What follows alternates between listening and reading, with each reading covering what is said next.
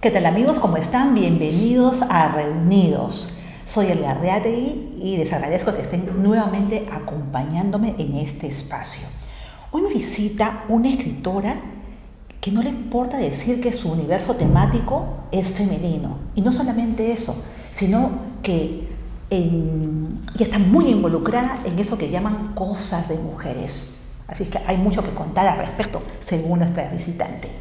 ¿Qué tal, María? ¿Cómo estás? Hola. Encantada de tenerte por primera vez en este espacio, en este lugar. Sí, exacto, por primera vez.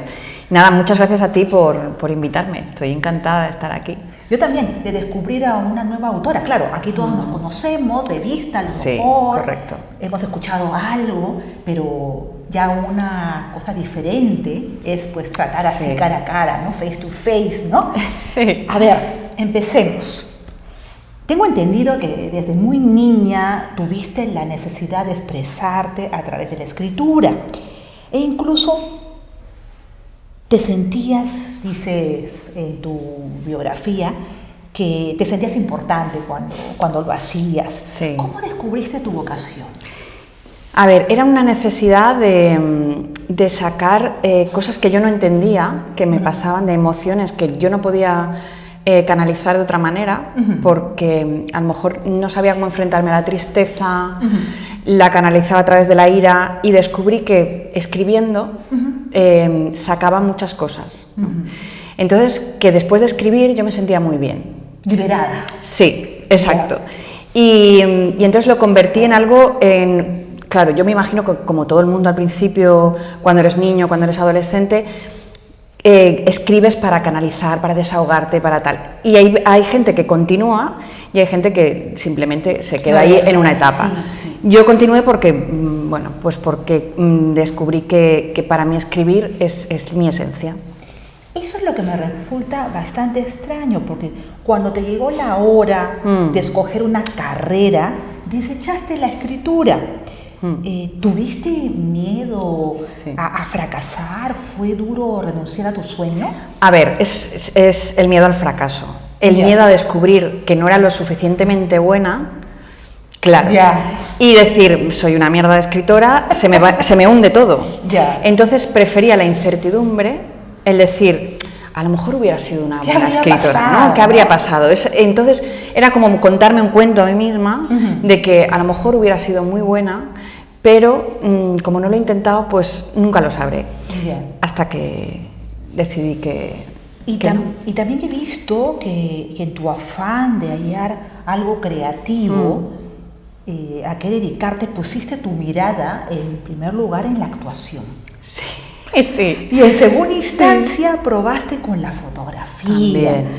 Sin embargo, no te convenció ninguna, al parecer, ¿no? No veías tú nada viable, una salida laboral, por decirlo de alguna manera, que no fuera artístico, ¿no? O sea, lo veías poco probable, ¿no? Sí, a ver, yo siempre me han gustado las artes, mi madre es pintora y entonces siempre me he criado con ese ambiente de artistas y entonces tenía la necesidad de buscar mi hueco en ese mundo artístico. No era por la pintura, porque, a ver, no pinto mal, pero no pinto bien. Entonces buscaba... Es muy justa contigo, muy rigurosa. Sí, y bueno, siempre el cine me apasiona. Entonces pensé y me parecía que ser actriz era como ser una estrella. Quizás siempre por ese afán de protagonismo, porque yo era muy vergonzosa, entonces yo me escondía mucho. Y entonces yo era como la contraposición de el esconderme, ¿no? el buscar algo que la gente me viese. Porque me daba tanta vergüenza que me viesen, siempre buscaba algo para esconderme. Un poco oculta, ¿no? Claro, esconderme, pero a la vez que me vean, ¿no? Entonces esa dualidad de la actuación. Pero la fotografía también hubiera sido una buena posibilidad. También, porque te escondes detrás de la cámara, correcto. Pero tampoco lo consideraste. Tampoco, no era buena fotógrafa. ¿Cuándo aparece la historia en tu vida? ¿Y cómo te decantas después por por ser auxiliar de enfermería. A ver, ¿qué tiene de artístico? A ver, ¿cuál es la relación con todo? No la hay. No la hay.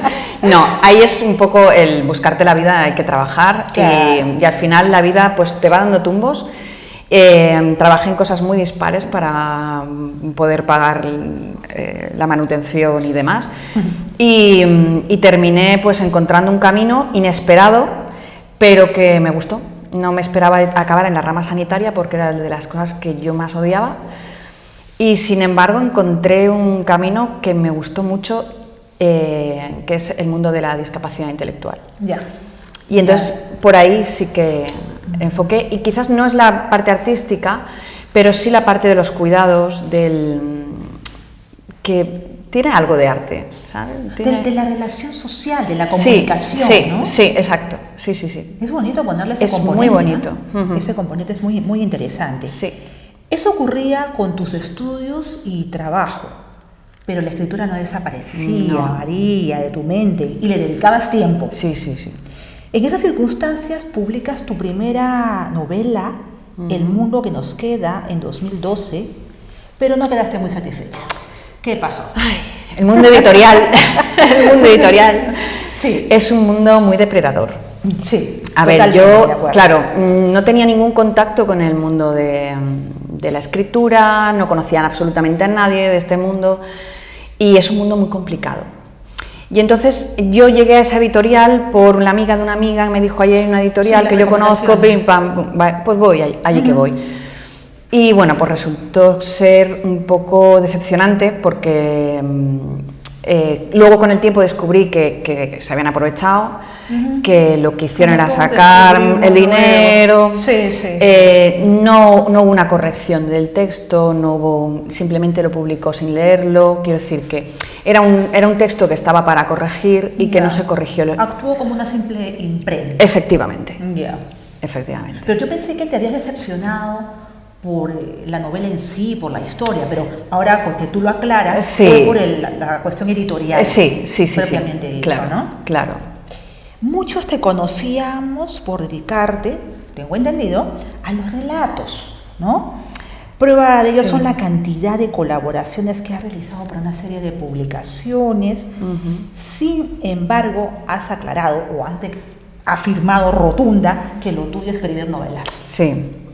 Se me da mejor la novela, el camino largo, el poder trabajar personajes, el hecho de estar mucho tiempo con unos personajes, estirarlos, pensar en ellos, pensar en su historia, todo eso a mí me gusta más que el relato corto. Es como que me quedo como en la superficie en el relato. Entonces, no profundizas. Claro, tengo esa sensación, a lo mejor no es cierto, ¿vale? Pero es mi sensación cuando lo estoy escribiendo.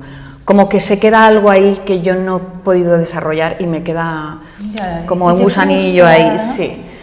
Entonces sí que hago, sobre todo por encargos y demás, pero prefiero novela. Es curioso, ¿no? Que lo tuyo confiesas que es la novela, pero eres muy prolífica con los cuentos y como dices, escribes también por encargo, ¿no? Te dan un tema y luego lo desarrollas. Es muy curioso. En los relatos sí, en las novelas no, pero en los relatos sí. Sé que hasta tu ingreso a los talleres de escritura de Vicente Marco no te tomaste muy en serio la labor de escritora. ¿Es realmente así o cómo fue? Es así, es así. ¿Fue adrede que tú dijiste, bueno, ahora sí, lo voy a tomar en serio, voy a tomar las clases? Fue una necesidad después del fracaso, digamos, entre comillas, de esa primera novela. Yo tenía la sensación, o la necesidad más bien, de formarme, porque sabía que si yo no entraba, la única forma de entrar en el mundillo, de conocer, de aprender, era meterme por algún lado. Y entonces pensé en formarme y encontré los talleres de Bibliocafé, en concreto los de Vicente Marco, aquí al lado. Vecino. Y la verdad es que, bueno, encontrar a Vicente fue maravilloso, fue una suerte. Le estoy muy, muy agradecida porque me ha enseñado muchísimo, porque además es un gran amigo y es una gran persona. Y aprendí muchas cosas, no solamente a escribir, o sea, porque escribir ya escribía, pero a escribir bien. Claro, pero uno empieza por intuición o por Claro, las lecturas. claro, de esa manera claro. nos orientamos. Sí, ¿no? exacto. Pero ya tener un maestro, un guía ya es distinto, ¿no? Sí, y yo que pensaba que yo ya sabía escribir, cuando fui a los talleres dije, no. Ahora empiezo a saber escribir. Porque es un aprendizaje constante. Uno se cree, cuando es un escritor novel, se cree que lo sabe todo. Y no, o sea, es una carrera de fondo. Si se estrella escribir, sí. Con el piso, con las paredes, con todo. No paras de aprender. La jaula, tu segunda novela, se gesta por un deseo de venganza, Sí. de tu rabia, la has canalizado también ahí con la escritura, por los feminicidios. Y la trama de la historia se forjó en el trayecto de tu casa al trabajo. A ver, cuéntame, ¿cómo fue eso? A ver, es verdad que las ideas me suelen venir mientras conduzco. Tengo la radio puesta, pero siempre voy pensando. Pero vas conduciendo, sí, no vas sí. en el bus. No, conduciendo. Okay. Y estoy concentrada en lo que hago, pero a la vez la cabeza. Entonces, se me ocurrió la idea. Bueno, pues las noticias a veces son aterradoras. Y la idea surgió de la rabia, o sea, qué impotencia, sí. qué rabia si yo tuviera estas personas delante, o sea, lo que les haría, ¿no? Entonces, sí. Y fue como, ostras, ¿no? Vamos a ver. Y empezó a surgir esa idea, sobre todo porque quería crear un personaje femenino muy fuerte y que fuese muy peculiar, que tuviese un universo muy especial. Y entonces, a partir de esa idea de crear ese personaje con todo lo que te he contado de los feminicidios y demás, y la rabia y la ira, pues es cuando... Tengo entendido que realizas el argumento de sus historias y los personajes en libretas. Sí. Te gusta hacerlo a mano. De esa manera vas enfocando todo, ¿no? ¿Esa es una de tus manías o cómo es tu proceso creativo en realidad? Perfecto, se te ocurre la idea como dijiste hace un instante, pero luego vas al cuadernito. Sí, al cuadernito, sí. Además, soy muy caótica, porque yo lo escribo todo, o sea, no tengo una letra ordenada, tú ves mis cuadernos y son horrorosos. Porque además giro aquí... El ejemplo ya. Y me gusta pues poner el nombre del personaje y empezar a ver cómo es este personaje, pues le voy a poner esto, lo tal, a lo mejor luego lo tacho y tal, y luego guardo 2 páginas para tal, empiezo por el otro lado, pero me quedo sin espacio y te continúo y es ¿Pero así. es pura imaginación esto de los personajes o sacas ciertas características de tu entorno, de los amigos, de la familia o algo? Mitad y mitad. Mitad y mitad. Normalmente los protagonistas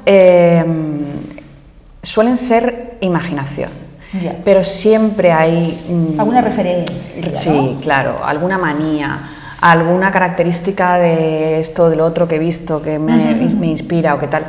Pero normalmente suelo tirar más de imaginación, sobre todo para los personajes protagonistas. No tienes ningún problema en afirmar que tu universo es femenino. Lo he dicho en el preámbulo, en la presentación, y de las mal llamadas cosas de mujeres. Da mucha rabia. Da rabia, cosas de mujeres, ¿no? Sí. Y hay mucho que contar al respecto. Esto, justamente de las mujeres o de los hombres con respecto a las mujeres. A ver, ¿qué nos dices? A ver, siempre la literatura femenina, la literatura para mujeres, siempre se ha dicho que las mujeres escribimos cosas de mujeres, que están enfocadas para las mujeres. Cuando se caracteriza a la literatura de calidad, que es la literatura masculina, y las otras son como de mujeres, ¿no? Entonces, esa rabia de la mirada masculina en cuanto a la literatura, o sea, es como, yo necesito reivindicar la mirada femenina, pero no en el sentido de, esto es algo femenino, no, como que la literatura universal también es de mujeres y está hecha por mujeres. No solamente las mujeres leemos, sino que la creamos. Entonces, como siempre se ha tenido en cuenta que la literatura universal la han hecho los hombres, entonces yo creo que ahora es necesario que se empiecen a descubrir y a crear la literatura universal de verdad, o sea, de hombres y mujeres. Y específicamente, ¿qué hay en esas cosas de mujeres que lo dicen con tanto desprecio, sí. ¿no? Con tanto rechazo? Sí, hay mucha emoción. Yeah. Las mujeres, muchas veces coges un libro sin saber quién es el autor o la autora y hay veces que por ciertos detalles te das cuenta. Las mujeres nos detenemos mucho en lo cotidiano. Al fin y al cabo, prácticamente hasta hace muy poco era nuestro universo, la vida cotidiana. Sí, o lo doméstico, ¿no? Claro. Entonces, siempre tendemos a describir alguna escena cotidiana o ponemos a los protagonistas en alguna situación muy cotidiana de la casa, la cocina. Sí, las escenas, ¿no? Los escenarios. Efectivamente. Entonces, y luego, sobre todo, las emociones. Las mujeres trabajamos mucho con las emociones. Has dicho que Mona Moral, tu protagonista, comprende o integra todo lo que se aborrece de una mujer. Pero siendo como es, le das la posibilidad de ser una heroína. A ver, cuéntame sobre eso. Está muy interesante. Sí. Eso de siendo como es. Sí, porque, a ver, se suele aborrecer que las mujeres sean contestonas. Independientes, que no necesiten a nadie, que digan lo que piensan, ¿vale? Que si tienen que gritar, griten. Entonces, que una mujer grite es una rabalera, es una verdulera, ¿no? O sea, que una mujer... De mercado. Claro, que una mujer conteste a su jefe, está histérica, es una histérica, ¿no? Sí. Es una... Y entonces, yo quería darle todo eso a ella, y sin embargo convertirla en una heroína, ¿no? En una mujer valiente, o sea, que no le importe lo que piensen de ella, lo que digan, que la tachen de mujer extraña, de bruja, bueno, vida disoluta, y todas estas cosas. Sí. Con La Jaula, María, has dado inicio a un ciclo denominado Del Oscuro. Y que hay material para seguir con esa tendencia. ¿Va a haber segundas partes de Mona Moral o no? A ver, te cuento. Tengo en proyecto 2 novelas más y todas están relacionadas con La Jaula. Las novelas, tanto La Jaula como las otras, transcurren en el mismo barrio. Por lo tanto, hay personajes que se cruzan. O que se conocen, ¿no? Sí, y que a lo mejor en esta sale el bar, en el otro vuelve a salir. Y entonces es como que todas están interrelacionadas porque todo sucede en el mismo barrio. Porque pasan cosas en los barrios. Claro. De todo tipo. Correcto. Exacto. No salen exactamente todos los personajes en las mismas, pero a lo mejor el que ahí es muy, muy secundario, en el otro cobra protagonismo. Exacto. Mona Moral. Moral tiene que Morel, ver con... sí. ¿Tiene que ver con algo de la ética y esas cosas? No, Morel. No, a ver... ¿O has jugado con eso a lo mejor? No, ¿sabes? Siempre me gusta poner algo francés. En mis novelas mi bisabuela era francesa y entonces es como un guiño. Ya. Y entonces al padre de Mona lo hice francés. Y como el apellido es muy parecido, el apellido de mi bisabuela era muy parecido a Morel, pero no quería poner el apellido de mi bisabuela, pues le hice un giro. Eres una creadora muy versátil, que abarca muchas facetas. Por ejemplo, realizas monólogos en la casa de madrastra. Que es actuar, ¿ah? Sí. Y eso que lo desechaste, ¿no? Eso es actuar, sí, pero ¿no? porque se ha quedado esa espinita ahí. Se ha quedado ahí. ¿Pero vas a continuar con eso, con los monólogos? Sí, ¿o no? ¿O me gusta, sí. ¿Te gustaría formar parte de una obra? Me encantaría. No, a ver, de hecho mi idea era meterme en un grupo de teatro para adultos y amateurs, pero falta de tiempo. O sea, trabajo a turnos. Pero ya no por tu lucha contra la timidez, ¿no? Ya porque te gusta. No, ahora porque es que lo disfruto. Sí, claro, ahora ya has dejado de lado, ya superaste la timidez. Claro, la timidez está superada y, a ver, empezó como un reto porque me costaba mucho hablar en público. Y cuando tenía que presentar la novela y hacer entrevistas como ahora y todo esto, me ponía muy nerviosa.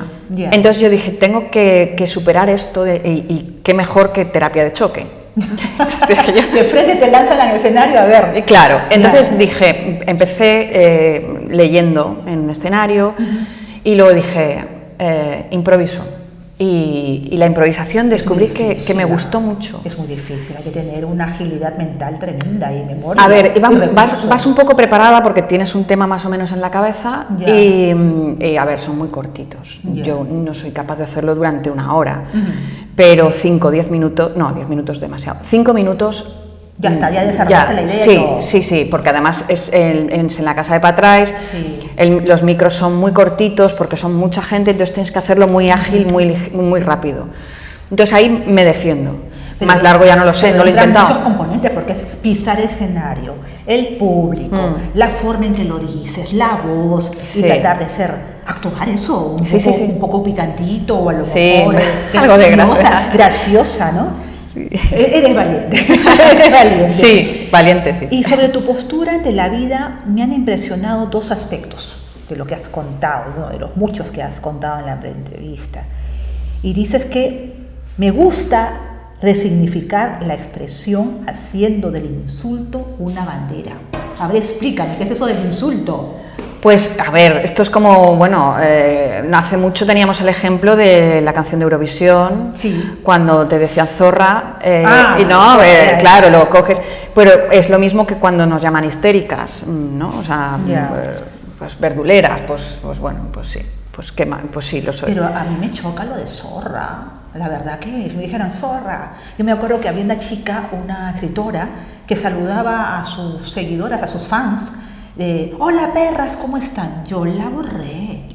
O sea, me chocó, no sé, pero a mí me chocó muchísimo que me digan perra, hola perras.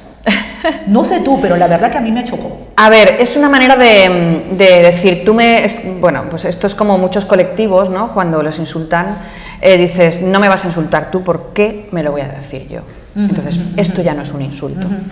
¿Sabes? Esto es, bueno, sí, me llamas zorra porque salgo de noche, me gusta salir y tal, pues bueno. No, pero luego todo lo de perras creo que es un poco cariñoso, pero no. Sí, lo dice en plan cariño. Lobas, ¿no? De Shakira, pero perras no sé. Después hay otro aspecto que dices que no crees en el zodiaco. No crees. No. Pero sin embargo presume de que eres Acuario. Sí. Y otra cosa que me pareció, ahora que estamos en esa tendencia, ¿no? Que el perdón está sobrevalorado. Sí, mira, he crecido en un entorno muy religioso, he ido a un colegio de monjas, donde era el perdón, la culpa. Bueno, lo de la culpa es algo que todavía me cuesta de quitar. Y el perdón es como que tienes que perdonar a los que te ofenden, ¿no? Y te han hecho esto, pero tienes que... Y yo llega un momento y digo, ¿yo por qué tengo que perdonar a esta o a este? Que me han hecho no sé qué. Pues si no me han pedido ni disculpas, hacerla más. Y no hay propósito de enmienda, sobre todo. Claro, dices, pues ¿por qué tengo que ser yo la buena? No quiero, ya está. No quiero. Si me planto, no quiero. No quiero, que eso no significa que yo vaya a hacer nada. O sea, simplemente yo, para mis adentros, no te perdono. Y te alejas. Y ya está, y me voy, y me alejo y ya está. Sí. Pongo espacio de por medio. Tiro la puerta y me voy. Claro, correcto. Y volviendo a tu libro, y te lo digo, me llamó la atención también porque algo similar me ha pasado, ¿no? Con esto de que es posible matar a alguien simplemente deseándolo. Ay, es que no puedo desvelar. Y yo te lo digo, y ¿sabes por qué? Me trajo un recuerdo del pasado. ¿No? Recuerdo que mi madre tuvo un vecino muy pesado que le insistía siempre que vénteme tu casa, sobre todo cuando falleció mi padre, ¿no? Y luego el señor fue ya a la agresión, a enfrentar a mi madre y a amenazarla, ¿no? Entonces, como yo la tengo en Perú, ¿no? Entonces yo me fui con la angustia, ¿no? Porque mi mamá puede intentar algo contra ella, ¿no? ¿Qué me dices? Estoy allá y mi cuñada me dice, fulanito ha muerto. Ay. Claro, se lo llevó un vehículo que venía a mucha velocidad. Me quedé con esa culpa. Hablando de culpa y esas cosas, ¿no? La culpa. Simplemente dije, caray, ¿de qué manera la puedo proteger? ¿Qué puede pasar, Dios mío, ¿no? Pero ¿quién no ha deseado al final la muerte de alguien? Yo creo que en un momento de cólera todos. Sí, todo el mundo. Así como mandas al infierno o al diablo. Claro. Cuando tú ves a alguien que le ha hecho estos pederastas, ¿no? Sí. Dices, y es que, mira, si se murieran, o sea, no significa que tú lo vayas a hacer, no, ojo, estamos hablando de cosas distintas, pero ese pronto o ese Esa sensación sí, de decir... de regato. Sí, que evidentemente irracional total. Es irracional, es instintivo, correcto. Sí. Y si lo piensas en frío, evidentemente no, pero eso lo ha deseado mucha gente. Entonces ahí Sí, no vamos a quedar ahí nomás sí. para que la gente se quede con el gustito con de saber por qué estamos hablando de estas cosas. Sí. Pues ya saben, tenemos La Jaula con María Codonyer Prieto, que está justamente aquí como una invitada muy especial. Me ha resultado delicioso, Gracias. Me ha encantado. Creo que nos hemos soltado mutuamente con estas historias, sobre todo femeninas, que tanto nos afectan de una u otra manera, porque no es necesario ser feminista para defender a otras mujeres. Hay que defenderse. Hay que defenderse. Hay que estar al lado las unas de las otras. Estar muy alerta. Muchísimas gracias, María, por haber estado aquí. Gracias a ti por contar conmigo. Y con ustedes, amigos, espero que les haya gustado la invitada, su historia y sobre todo su libro. Soy Elga Reategui, un placer haber estado con ustedes. Nos vemos muy pronto.